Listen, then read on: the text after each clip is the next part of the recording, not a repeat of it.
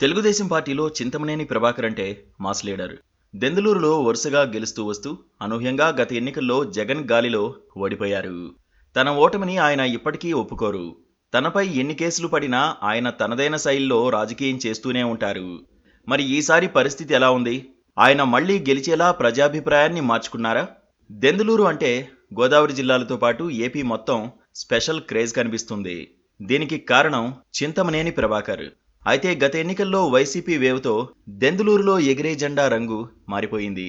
TDP fire brand leader Chintamaneni Prabhakar fan గాలిని తట్టుకోలేక ఓటమి పాలయ్యారు. ఏలూరు జిల్లాలో హాట్ కేక్ లాంటి ఈ సీట్లో ఈసారి రాజకీయం మరింత కాకరేపుతోంది. దెందులూరు ఏలూరు జిల్లాలోనే కాదు, ఏపీ మొత్తం తెలిసిన పాపులర్ అసెంబ్లీ సెగ్మెంట్. అందుకు ఇక్కడ నడిచే రాజకీయమే కారణం. తెలుగుదేశం నేత చింతమనేని ప్రభాకర్ ఎమ్మెల్యేగా ఉన్నప్పుడు దెందులూరు ఎక్కువగా వార్తల్లో ఉండేది. ఎందుకు వివాదాలు, విమర్శలు, ఆరోపణలు, సవాళ్లతో ఫుల్ హీట్ మీద ఉండేది ఈ సెగ్మెంట్. ఇప్పటికీ అదే వాతావరణం ఉన్నా రాజకీయంగా కాస్త టెంపరేచర్ తగ్గింది. ఓరమాస్ డైలాగులతో ప్రతిపక్ష నేతలు విమర్శలు చేస్తే అదే స్థాయిలో తిప్పికొడుతూ ముందుకు సాగుతున్నారు వైసీపీ నేతలు. ఎన్నికలు దగ్గర పడుతుండటంతో దెందులూరు రాజకీయం మళ్లీ వేడెక్కుతోంది. ఇక్కడ కమ్మ సామాజిక వర్గానికి చెందిన నేతలే ఎక్కువగా ఎమ్మెల్యేలుగా ఎన్నికవుతూ ఉంటారు. ఇప్పటి వరకు 15 సార్లు ఎన్నికలు జరిగితే 14 సార్లు కమ్మ సామాజిక వర్గం నేతలే ఎమ్మెల్యేలుగా గెలిచారంటే వాళ్ల ఇంపాక్ట్ ఏ స్థాయిలో ఉందో అర్థం చేసుకోవచ్చు. ఉమ్మడి పశ్చిమ గోదావరి జిల్లాలో కమ్మ కమ్యూనిటీకి కేర్ ఆఫ్ అడ్రస్ దెందులూరు అని చెప్పొచ్చు. ఏలూరు పట్టణానికి నలువైపులా వ్యాపించి ఉన్న ఈ నియోజకవర్గంలో 4 మండలాలు ఉన్నాయి.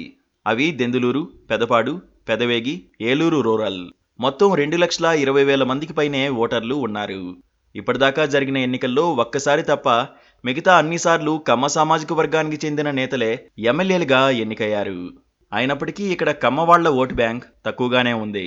కాపు, బీసీ, ఎస్సీ, ఎస్టీ, మైనారిటీ వర్గాలకు చెందిన వాళ్లే ఎక్కువ. ఒకప్పుడు కాంగ్రెస్ కంచుకోటగా ఉన్న ఈ సెగ్మెంట్ని తెలుగుదేశంగా మార్చారు చింతమనేని ప్రభాకర్. 2009, 2014లో వరుసగా 2 సార్లు ఎమ్మెల్యేగా గెలిచారు. కానీ గత ఎన్నికల్లో వైసీపీ వేవ్లో కొఠారు అబ్బయ్య చౌదరిపై చింతమనేని ఓటమి పాలయ్యారు. కొఠారు రామచంద్రరావు రాజకీయ వారసుడిగా విదేశాల్లో స్థిరపడిన అబ్బయ్య చౌదరిని పిలిపించి దెందులూరు బరిలో దించి మరీ గెలిపించారు. పైగా ఆయన సీఎం జగన్కు సన్నిహితుడు కూడా కావడం కాస్త కలిసొచ్చింది. నియోజకవర్గ ప్రజలతో పాటు యువతను కూడా ఆకట్టుకుని దూకుడు మీదున్న చింతమనేని ప్రభాకర్కు కళ్లెం వేశారని చెప్పొచ్చు. గత ఎన్నికల్లో కొఠారు అబ్బయ్యకు 95,000 ఓట్లు రాగా టీడీపీ నుంచి పోటీ చేసిన చింతమనేనికి 78,000కు పైగా ఓట్లు వచ్చాయి. వచ్చే ఎన్నికల్లోనూ ఆయనకే మళ్లీ టికెట్ దక్కుతుందనే ప్రచారం జరుగుతోంది. టీడీపీ తరఫున మళ్లీ పోటీ చేసే అభ్యర్థి చింతమనేనే అని పార్టీ శ్రేణులతో పాటు లోకల్ పబ్లిక్ కూడా భావిస్తున్నారు. దాంతో రాబోయే ఎన్నికల్లో మరోసారి టీడీపీ, వైసీపీ అభ్యర్థుల మధ్య హోరాహోరీ పోటీ ఉంటుందనే టాక్ నడుస్తోంది. చింతమనేనికి జనంలో మంచి పేరుంది. ఎలాగైనా సరే వచ్చే ఎన్నికల్లో విజయం సాధించాలనే పట్టుదలతో ఉన్నారు. ఉమ్మడి పశ్చిమ గోదావరి జిల్లాలో ఈసారి టీడీపీ క్లీన్ స్వీప్ చేయబోతోందని, 3 ఎంపీ స్థానాలను కూడా గెలవబోతోందని చాలా కాన్ఫిడెంట్ గా చెబుతున్నారు. ఇక వైసీపీ మాత్రం సిట్టింగ్ సీట్ను నిలబెట్టుకునేందుకు గట్టిగా ప్రయత్నిస్తోంది. చింతమనేని ప్రభాకర్ మాత్రం దెందులూరులో మళ్లీ పసుపు జెండా ఎగరవేసేందుకు ఇప్పటి నుంచే యాక్షన్ ప్లాన్ రెడీ చేసుకుంటున్నారు.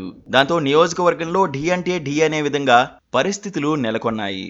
దెందులూరుపై మాగంటి బాబు కుటుంబానికి కూడా మంచి పట్టుంది. ప్రస్తుతం ఆయన తెలుగుదేశంలోనే కొనసాగుతుండటంతో నియోజకవర్గంలో టీడీపీకి మరింత బలం పెరిగింది. ఇప్పటికైతే హోరాహోరీ ఉంది. జనసేనతో పొత్తుతో టీడీపీకి అడ్వాంటేజ్ ఉందని చెప్పుకోవచ్చు.